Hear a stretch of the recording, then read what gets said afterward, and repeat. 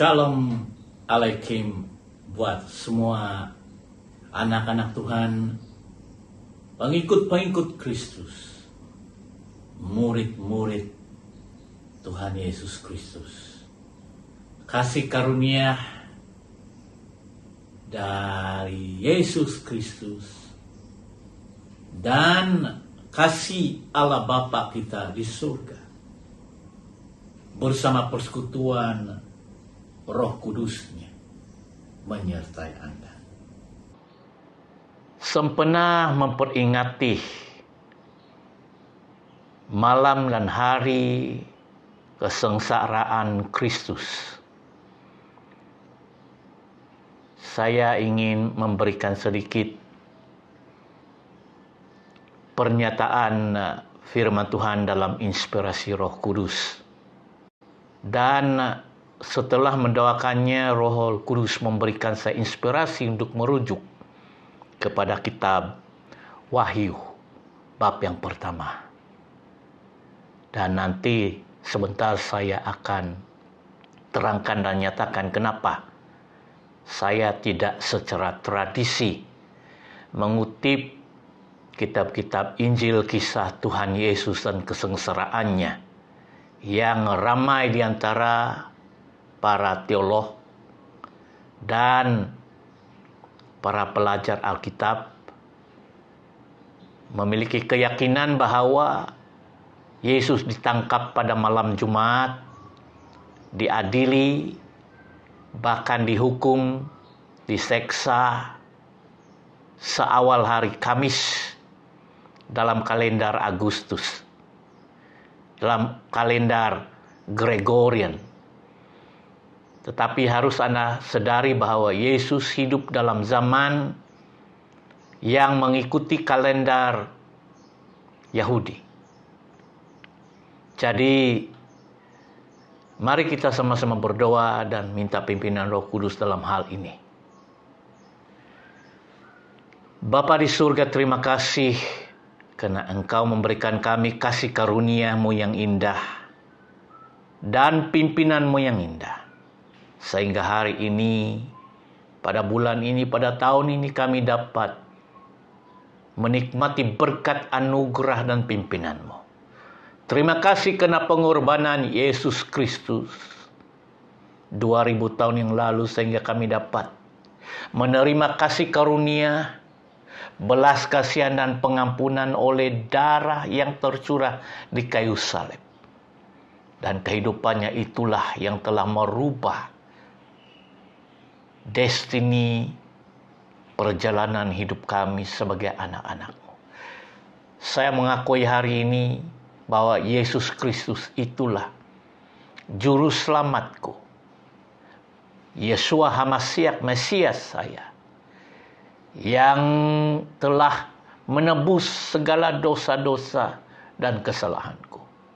Bapa, kami persembahkan kesempatan ini di dalam pimpinan Roh Kudus-Mu, supaya Roh Kristus mengajar, memimpin, menemplek, bahkan memimpin kami dalam seluruh kebenaran. Urapi mulut hamba-Mu, supaya setiap perkataan yang keluar dari mulut hamba-Mu adalah merupakan inspirasi dari Roh-Mu. Kami serahkan kesempatan ini dalam tangan-Mu, dalam nama Yesus Kristus Tuhan dan Juru Selamat kami. Amin. Sebagaimana yang kita seringkali dengar khotbah, terutamanya malam Jumat yang agung dikatakan, adalah peristiwa tentang bagaimana Yesus berada di kota Yerusalem.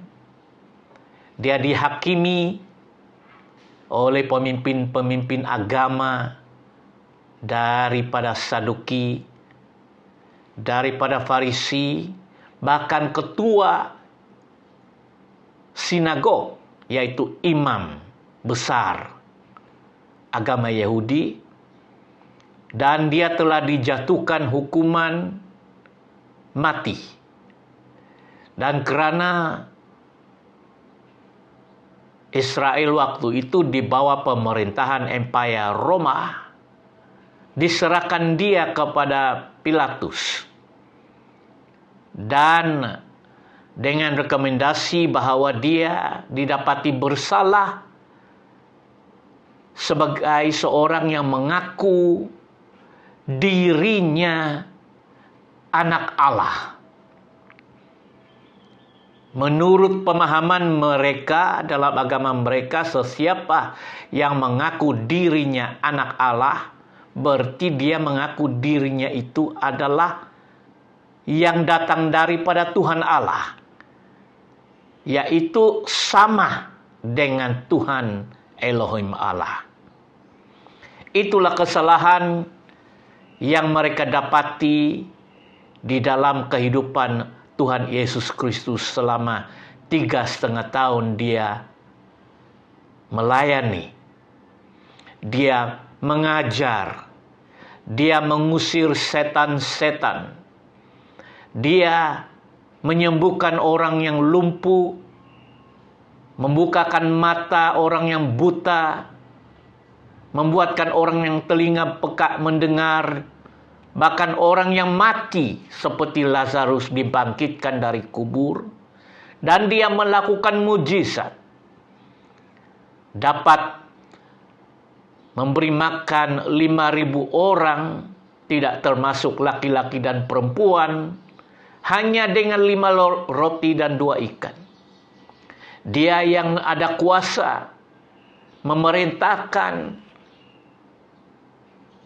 keganasan laut Galilea berhenti. Dia yang memiliki kuasa untuk mengutuk pokok ara supaya tidak berbuah. Dia yang memiliki hikmat untuk menyelesaikan setiap persoalan dan penghakiman di mana saat yang benar. Dan dia yang membawa amanat yang berkata, semua ini datang daripada Bapakku yang kusembah. Aku menuruti segala pengajaran Bapakku, perintah Bapakku. Aku datang untuk melakukan kehendak Bapakku. Dan ramai orang bertanya, siapakah Bapakmu? Dia nyatakan bahwa Bapaknya itu adalah pencipta Khalik langit dan bumi.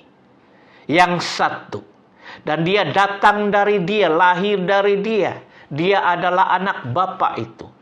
Sebagaimana nubuatan kitab-kitab dari nabi-nabi bahwa dia dilahirkan, didatangkan, inkarnasi diwujudkan daripada Bapa oleh kuasa Roh Kudus dan bukan oleh kuasa manusia. Tetapi satu-satunya kesalahan yang didapati adalah menghujat Allah. Maksudnya, dia menyamakan dirinya setara dengan Allah padahal manusia biasa. Kalau hanya dia katakan dia nabi atau pengajar atau rabi, itu mungkin boleh diterima. Tetapi karena dia berkata dia itu sons of God,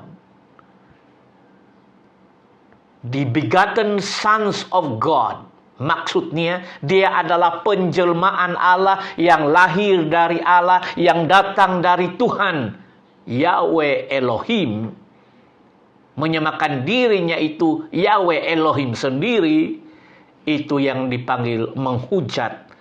Dan dalam hukum Taurat, hukuman orang yang menggelar dirinya setaraf, sama rata dengan pencipta langit dan bumi, itu adalah hukuman mati. Maka menurut kalender Gregorian yang kita anuti, itu terjadi pada hari Jumat. Dipanggil Jumat yang kudus, di mana bapak-bapak gereja dan gereja-gereja di seluruh dunia merayakan bermula pada Kamis. Dipanggil Palm Sunday, 1 minggu sebelum, di mana Yesus memasuki kota Yerusalem dengan menunggang keledai sebagaimana nubuatan, dan diisytiharkan sebagai yang bakal raja yang memerintah bangsa Israel. Kehadiran Kristus yang dari Nazaret, yang selama ini dari utara Caesarea, yang selama ini menjadi pemimpin rabai ribuan orang dari Galilea, tiba-tiba memasuki kota Yerusalem. Kota Yerusalem adalah kota menurut tradisi dan juga menurut sejarah adalah kota yang telah dijadikan, ditawan oleh Raja David sebagai kota besar dan ibu kota. Dan Yesus menurut silsilah urutan bapa angkatnya Yosef, dia adalah keturunan Raja Daud. Dia ada darah berketurunan raja. Jadi dia laksana seorang putra raja yang memasuki kota Yerusalem. Tapi tidak disadari orang karena identitas yang sebenarnya itu telah disembunyikan atas sebab tertentu supaya orang boleh melihat dia sendiri berkata-kata, melakukan pekerjaannya dan membawa otoritas, wibawa, wewenang sebagai seorang yang kudus, yang suci. Sehingga kerajaan iblis pun mengakui dia sebagai anak Allah. Bahkan sewaktu dia di padang gurun selama 40 hari dan 40 malam dicoba iblis. Iblis mengakui dan berkata, jika engkau anak Allah, jadikanlah batu ini menjadi roti. Jika engkau anak Allah, berarti iblis mengetahui dia itu anak Allah. Bukan hanya manusia. Bahkan seluruh malaikat menyembah dia. Bahwa dia adalah anak Allah.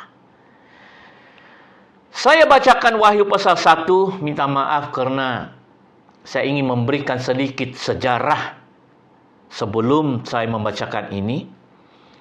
Ditulis oleh Apostol John atau Yohanes. Wahyu pasal 1 di Pulau Patmos. Tuhan Yesus menyatakan wahyu pernyataan kepada rasul ini, salah seorang daripada 12 rasul yang menjadi soko guru berada di Pulau Patmos. Dan dia menulis ini di dalam kitab Wahyu, menjadi satu kitab yang dipanggil Revelation, misteri yang dibongkarkan dan dibuka supaya kita hari ini dapat membaca. Peristiwa ini terjadi hampir 30 tahun setelah Yesus mati dan mangkat dan dikuburkan dan bangkit dari kubur. Kita tahu hari Jumat dikatakan Yesus disalibkan. Dan malamnya itu dia dikuburkan. Dimasukkan di dalam liang kubur. Dan setelah itu 3 hari dan 2 malam menurut urutan Sabat, pada hari ketiga dia dikuburkan, dia bangkit dari kubur. Sehingga orang menyaksikan kubur itu kosong. Untuk menyatakan pada kita bahwa walaupun secara tubuhnya mati, tetapi rohnya itu hidup, turun ke alam dunia orang mati, dan memberitakan Injil kepada orang-orang yang dipenjara di dalam alam maut. Dan setelah itu pada hari ketiga Roh Kudus membawa roh Kristus itu kembali memasuki tubuh. Dia bangkit dan disaksikan oleh malaikat sekurang-kurangnya 2 untuk menyatakan bahwa dia itu pernah mati tetapi dia hidup. Dan hari ini 2023, saya berani berkata dengan penuh keyakinan bahwa Yesus hidup. Yesus hidup. Itulah perbezaan agama-agama lain dan agama saya Kristen. Saya menyembah Tuhan yang hidup. Berarti setiap ucapan yang dia pernah ucapkan 2000 tahun yang lalu adalah bukan ucapan orang yang mati, tetapi orang yang hidup. Maksud dia, janji-janjinya itu hidup, dan kuasanya tetap hidup, dan pekerjaannya hidup, dan apa yang dia telah nubuatkan, ucapkan selama dia mengajar sewaktu dia tinggal 2000 tahun yang lalu, hari ini masih tetap berlaksana. Saya memuji Tuhan. Karena setiap ucapan dan perkataan, setiap kali saya berkata, Tuhan Yesus berkata, saya memproklamirkan, inilah ucapan perkataan orang hidup, yaitu Yesus, yang hanya 3 hari mati, tetapi hidup selama-lamanya. Jadi apa sebabnya, Bishop, kita mau memperingati hari kematiannya? Kenapa kita banyak orang yang membuat patung disalib seperti Yesus mati begini, digambar Yesus mati begini? Apakah kita menyembah Tuhan yang mati? Itulah sebabnya saya kalau di pejabat ini tidak ada gambar Yesus yang mati begini, atau salib atau patung yang mati begini. Karena bagi saya itu akan membuat saya sedih. Bahkan saya tidak dibenarkan sedemikian. Karena bagi saya itu adalah sejarah pengorbanan Yesus. Tetapi siapakah Kristus pada bulan ini, tahun ini, bulan Januari, Februari, Maret, April, Mei 2023 ini? Bagi saya, tahun ini, saat ini, Yesus berada di surga, duduk di sebelah kanan Allah sebagai imam besar menurut imamat Melkizedek, dan mencurahkan Roh Kudusnya pada hari Pentakosta, dan Roh Kristus masih hidup di dalam kehidupan saya dan Anda, setiap pengikut-pengikut Kristus. Berarti kita hanya memberikan pujian, syukur, pengucapan tanda terima kasih. Kita membaca sejarah pengorbanan. Kita membaca sejarah penghinaan, sejarah pengkhianatan Yudas Iskariot, sejarah kematian, sejarah hukuman dia. Itu merupakan buku sejarah yang ditulis oleh kitab Matius, Markus, Lukas, dan Yahya. Tetapi kita berada di dalam kitab Wahyu.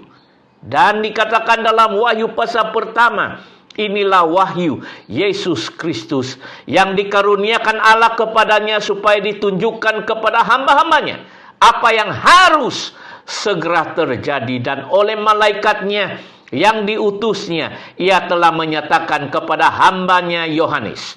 Yohanes telah bersaksi tentang firman Allah dan tentang kesaksian yang diberikan oleh Yesus Kristus, yaitu segala sesuatu yang telah dilihatnya.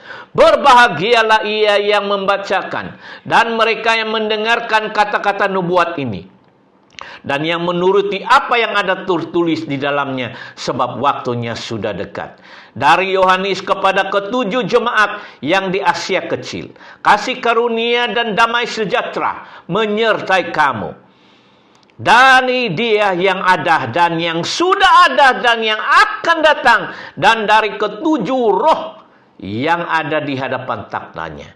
Ayat 5. Dan dari Yesus Kristus, saksi yang setia, yang pertama bangkit dari antara orang mati, dan yang berkuasa atas raja-raja bumi ini. Bagi Dia yang mengasihi kita, yang telah melepaskan kita dari dosa kita oleh darahnya. Ayat 6. Dan yang telah membuat kita menjadi satu kerajaan. Satu kerajaan. Menjadi imam-imam bagi Allah. Imam bukan menurut urutan Imam Lewi Perjanjian Lama, tapi Perjanjian Baru, yaitu Imam Melkizedek. Bapaknya, bagi Dialah kemuliaan dan kuasa sampai selama-lamanya. Amin. Ayat 7. Lihatlah, Ia datang dengan awan-awan dan setiap mata akan melihat dia dan juga mereka yang telah menikam dia. Dan semua bangsa di bumi akan meratapi dia. Ya, amin.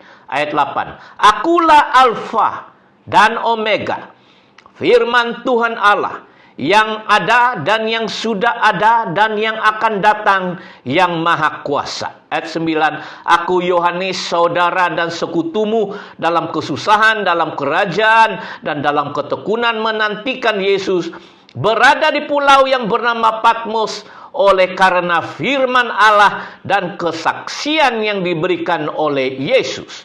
Pada hari Tuhan, aku dikuasai oleh Roh, dan aku mendengar dari belakangku suatu suara yang nyaring seperti bunyi sangkakala. Ayat 11. Katanya, apa yang engkau lihat, tuliskanlah di dalam sebuah kitab dan kirimkanlah kepada ketujuh jemaat atau eksklesia ini, ke Efesus, ke Smyrna, ke Pergamus, ke Tiatira, ke Sardis, ke Philadelphia, dan ke Laodikia.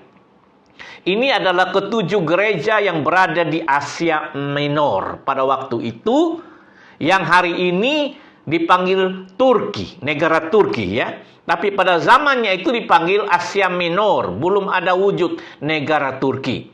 Jadi ini adalah provinsi-provinsi, dan Yesus menyuruh Yohanes menulis surat ini untuk dikirimkan, sebab dia seperti soko guru, dia seperti bishop, supervisor kepada ketujuh jemaat ini.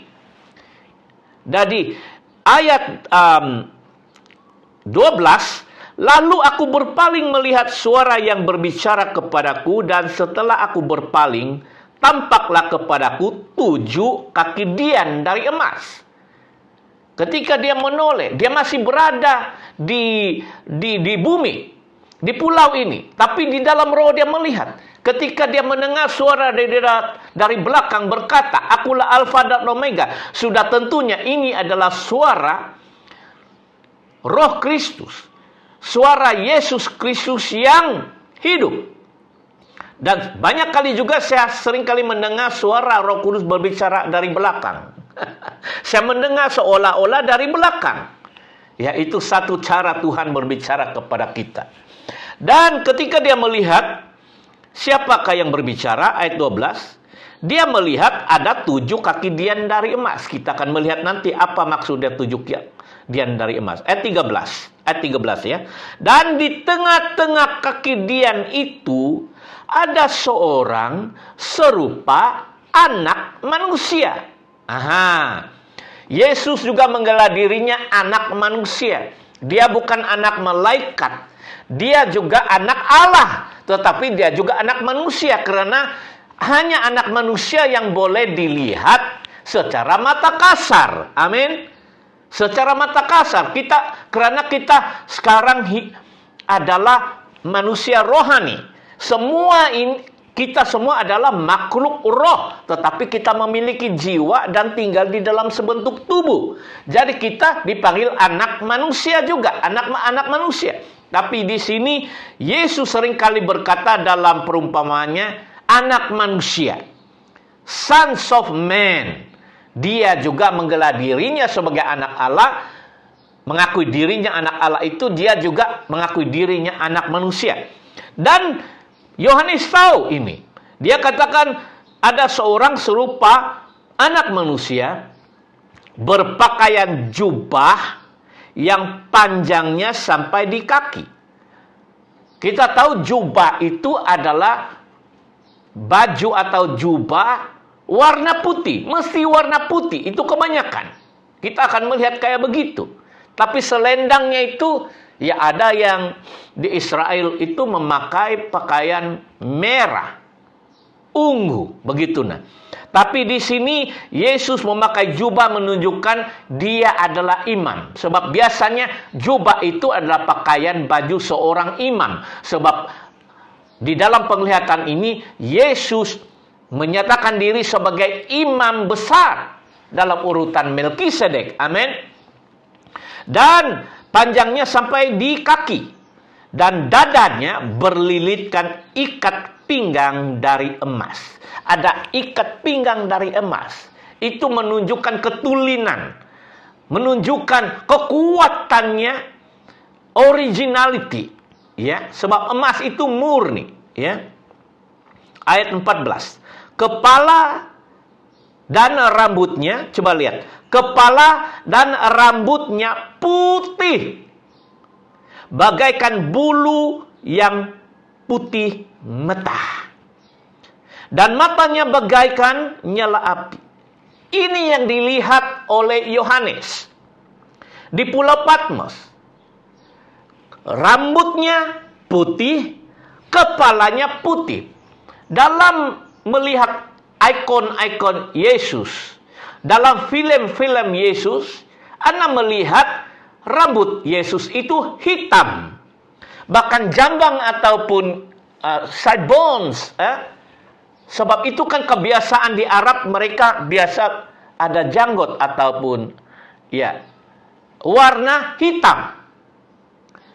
Jadi kita percaya walaupun kita belum hidup dan kita belum lahir, tapi melalui sejarah itu kita tahu yang Yesus itu berambut hitam. Betul ya? Tapi mari saya perkenalkan pada Anda Yesus di dalam roh ini, di dalam penglihatan ini. Dan Yesus melihat, Yohanes melihat dia anak manusia, berarti orang yang sama, orang yang satu, orang yang pernah disalibkan, orang yang pernah mati 2000 tahun yang lalu, orang yang pernah bangkit. Tapi hari ini 2023 kita melihat dia dalam rupa lain, dimensi lain, yaitu rambut putih. Coba saudara bayangkan, saya ingin mengubah persepsi saudara.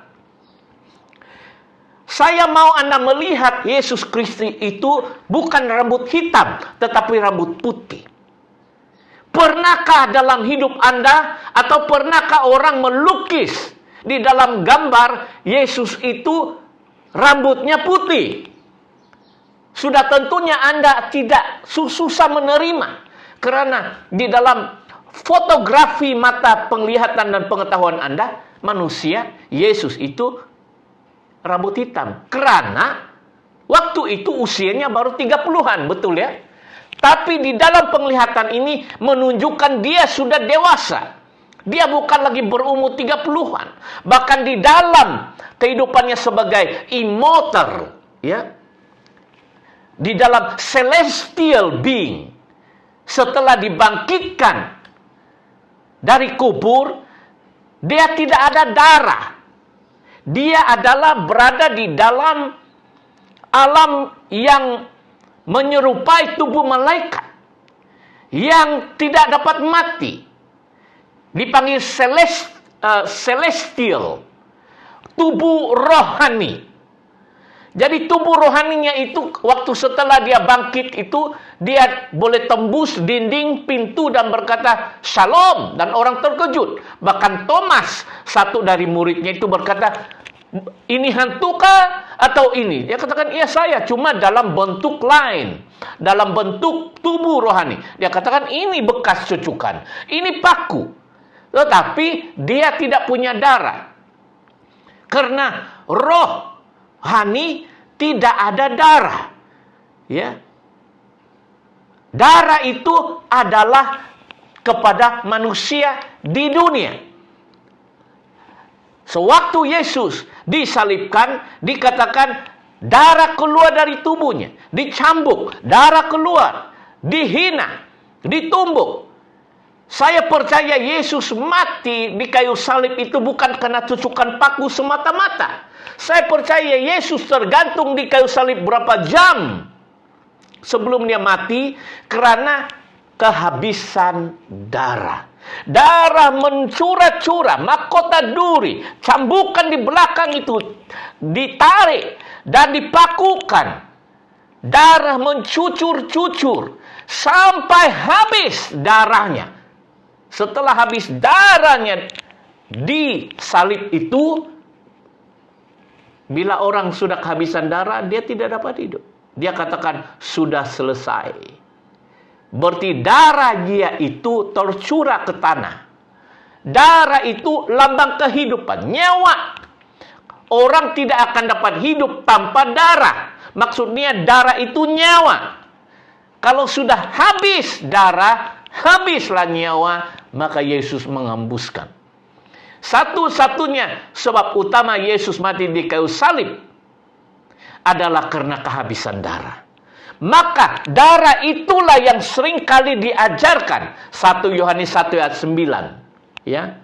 Mari, dan oleh darahnya itu telah menyucikan kita. Masih ingat? Oleh darahnya itu telah membayar harga. Dia dilambangkan domba Allah yang dikorbankan, dan darah itu diletak di dalam pintu setiap rumah orang-orang Israel supaya malaikat maut bila melihat darah itu tidak akan memasuki dan membunuh anak. Masih ingat kisah Musa? Yesus digambarkan seperti domba itu yang disembelih. Bila disembelih, dilukai, darah itu diambil. Bila diambil, matilah, putuslah nyawanya. Tetapi di sini kita melihat kepala dan rambutnya sudah berubah. Dia menjadi makhluk rohani. Tubuhnya diubah menjadi tubuh rohani yang tidak memiliki darah. Bishop, bolehkah orang hidup? Ya, karena dia sudah di dalam bentuk tubuh lain. Maka perawakannya, kelihatannya itu bukan hitam rambutnya pada usia 30. Di sini dikatakan ayat 14, Wahyu 1:14, kepala dan rambutnya putih. Kalau saudara melihat penglihatan Yesus itu rambut putih, jangan lari dan takut. Itu adalah orang yang sama. Cuma dia menunjukkan putih rambutnya itu sudah tua, sudah dewasa. Bukan hitam, ya. Dan matanya bagaikan nyala api. Maksudnya menyala-nyala matanya itu. Ayat 15. Kakinya mengkilap bagaikan tembaga membara dalam perapian. Suaranya bagai desau air bah. Ayat 16. Dan di tangan kanannya ia memegang 7 bintang. Dari mulutnya keluar sebilah pedang tajam bermata 2. Yohanes melihat kayak ada pedang. Sebab firman itu dilambangkan seperti pedang yang tajam bermata 2. Ditusuk begini, semua memberi kecederaan. Yesus itu juga dipanggil firman. Yohanes 1 ayat 1. Pada mulanya firman. Firman itu bersama-sama dengan Allah. Dan firman itu adalah Allah. Dan firman itu menjelma menjadi manusia. Dia dipanggil firman. Sebab dia adalah nabi. Dia adalah mulut Allah yang berbicara. Dia itu, dalam Ibrani dikatakan firman Allah itu tajam seperti padang bermata 2. Dia dapat memisahkan tubuh, jiwa dan roh Anda. Dia dapat memberikan penghakiman oleh ucapan Yesus. Maka dia dilihat dalam wahyu ini memiliki pedang. Dari mulutnya keluar itu pedang. Di dalam penglihatan itu. Karena dia lah yang empunya firman. Dialah firman itu. Ya. Ayat 17, ketika aku melihat Yesus, Yohanes tersungkur. Dia melihat ini, kepala putih, rambut putih, jubah putih, dan mengkilat kakinya itu.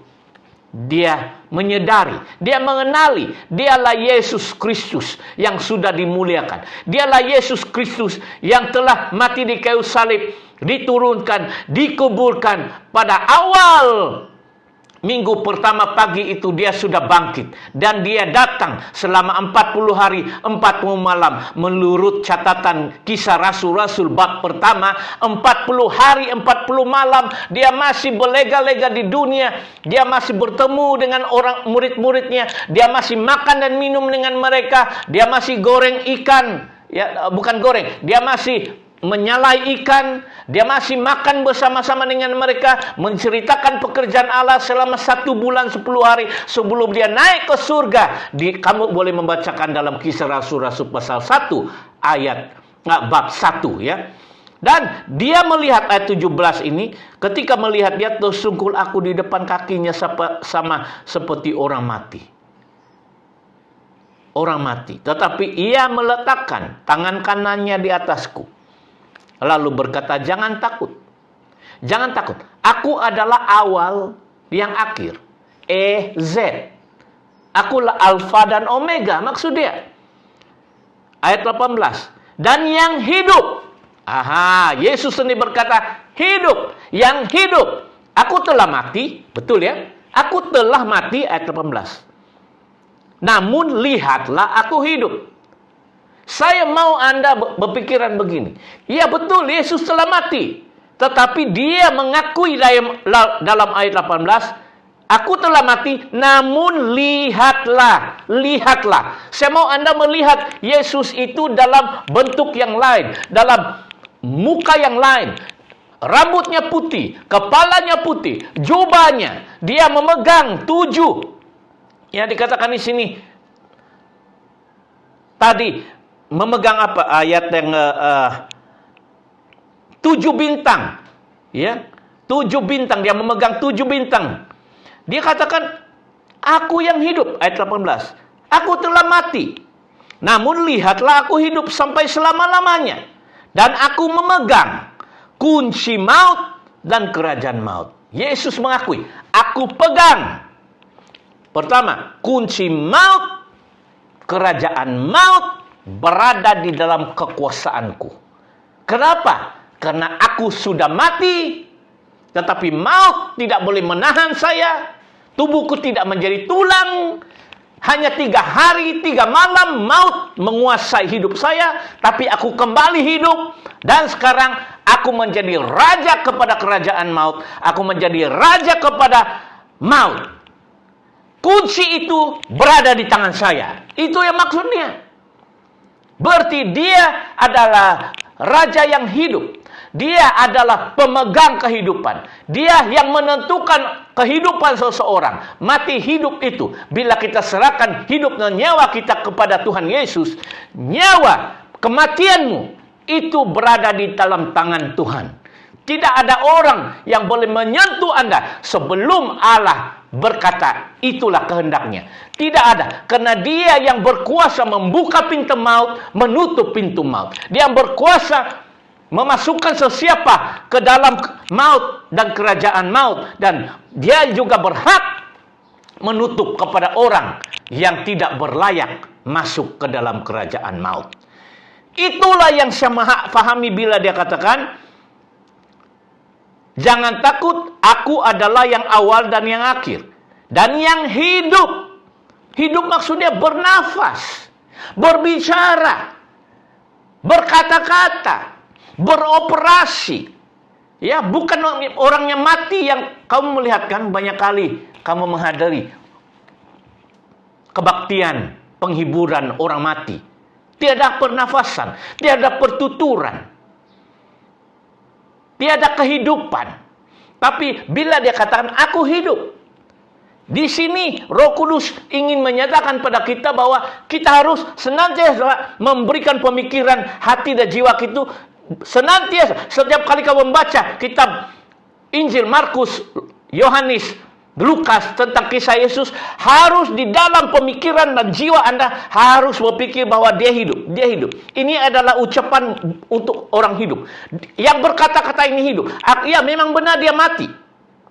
Tetapi 3 hari saja dia bangkit. Aku memegang kunci maut. Berarti dialah pintu.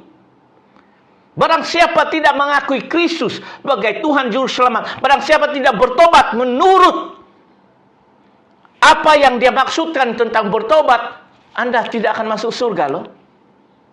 Akulah jalan keselamatan dan hidup. Dalam Yohanes 14 ayat 6, Yesus berkata. Murid Yesus, Petrus berkata dalam Kisah Rasul-Rasul pasal 4:12. Keselamatan tidak ada di dalam sesiapapun. Sebab di bawah langit, di bawah kolong langit, tidak ada nama lain. Tidak ada nama lain. Hanya satu nama yang olehnya kita boleh diselamatkan. Keselamatan itu menyangkut keselamatan jiwa, keselamatan rohani, keselamatan daripada maut, daripada penyakit. Ada banyak maksud keselamatan. Keselamatan itu kasih karunia, tapi juga keselamatan itu adalah tindakan-tindakan kita. Kalau kita sudah bertobat, terima Yesus, lahir, dibaptis Roh Kudus, kita harus menunjukkan sifat-sifat makhluk baru, ciptaan baru, bukan perbuatan-perbuatan yang lama, manusia yang lama. Itu harus dibuktikan bahwa kita itu sudah diselamatkan, sudah dimuliakan, sudah ditinggikan oleh karena kasih karunia, pemberian yang cuma-cuma. Tetapi di dalam kehidupan kita sehari-hari harus kita menerima hukum ini, hukum Roh Kudus ini untuk menjalani kehidupan yang senantiasa berkenan di mata Tuhan. Nah, apa kesimpulan saya dalam hal ini? Saya mengingati, Yesus berkata, aku telah mati. Bila dikatakan aku telah mati dalam kitab Wahyu ini, kita mengingati dia. Malam dia di-betray, dikhianati oleh Yudas Iskariot. Dijual 30 uang perak. Tetapi itulah rencana Allah. Tidak ada jalan lain untuk membayar upah dosa, yaitu maut dan kematian dan penyakit, melainkan dengan darah nyawanya sendiri. Itu telah dinubuatkan. Dan sedih menyedihkan. Apa boleh buat? Orang yang dipakai iblis itu adalah pengikutnya sendiri, Yudas dari Iskariot. Menjual Tuhan. Yang menghukumnya bukan orang Yunani, tetapi orang Yahudi, orang Israel sendiri. Mahkamah agama sendiri. Imam besar di Yerusalem sendiri. Karena mereka buta. Tidak melihat apa yang telah Yesus kerjakan selama ini. Tidak diterima, tidak dipercayai bahwa dia adalah anak Beelzebul, dia adalah ahli sihir, dia adalah nabi palsu yang mengaku dirinya Allah itu, anak Allah itu. Ya, bagaimana? Yesus sendiri tidak berkata aku anak Allah. Kalau orang bertanya, dan ada orang berkata, coba tengok bukti dalam Alkitab yang apakah Yesus pernah berkata aku anak Allah? Buktikan. Yesus sendiri tidak berkata aku anak Allah. Saya katakan begini. Walaupun kalau Yesus berkata aku anak Allah, percayakah kamu? Aku adalah Allah, percayakah kamu? Enggak. Yesus tahu tiada yang akan percaya bila dia berkata aku anak Allah. Makanya kita tidak melihat dia mengaku dirinya anak Allah.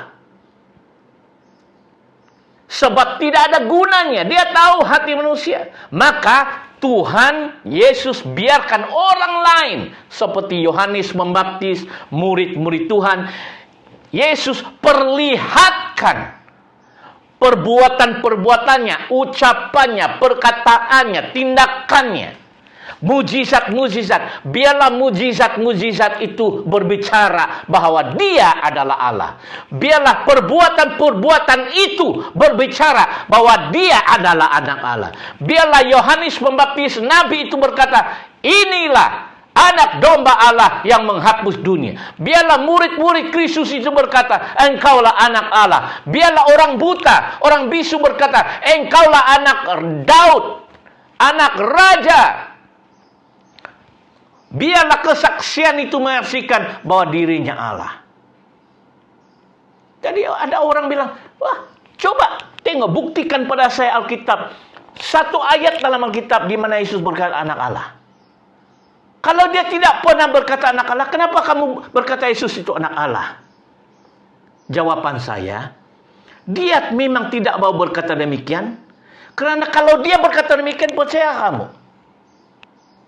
Kalau orang itu berkata, saya Allah, sayalah penciptamu. Aku adalah Abraham sebelum Abraham ada. Aku adalah aku. Wah, menghujat. Oh, kau menyembahkan diri kau. Begitu, menghujat.